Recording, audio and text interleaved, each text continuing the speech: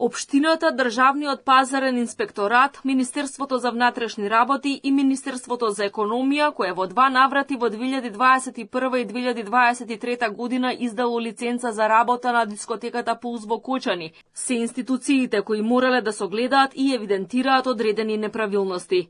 Вице-премиерот Александар Николовски вели дека објектот во кој беше сместена дискотеката е изграден 1999 година според тогаш важечкиот план на општината со намена за лесна незагадувачка индустрија. Доградените 50 метри квадратни биле легализирани согласно Законот за легализација на дивоградби од 2011 година. Адаптациите и реконструкцијата на објектот биле направени без никакво одобрение. Приватна фирма требало да утврди дали објектот е според стандардите или не.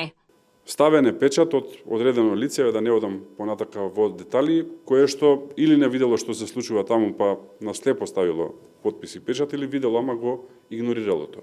Службеното лице, ова е многу битно, од органот на државна управа надлежен за работите од областа на гостителство, која води постапката, или преведено Министерство за економија, по службена должност ги прибавува доказите од ставот 2 точки 1, 2, 3 и 4 од надлежен јавен орган во рок од 3 работни дена од поднесување на барањето.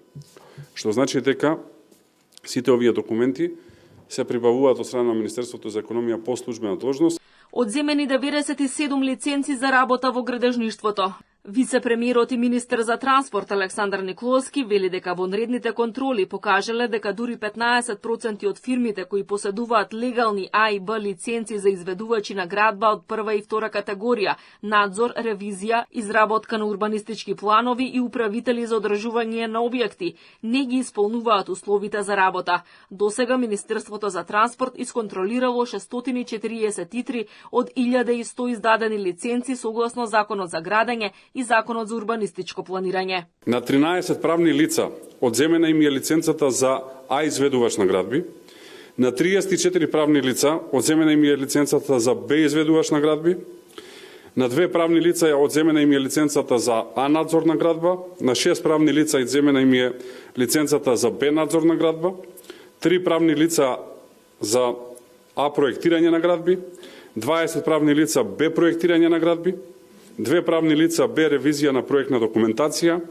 1 правно лице одземена му е лиценцата за управител за одржување на објекти од прва и втора категорија и на 16 правни лица одземена им е лиценцата за изработка на урбанистички планови или популарно во јавноста познати они куќи кои што цртаат детални урбанистички планови.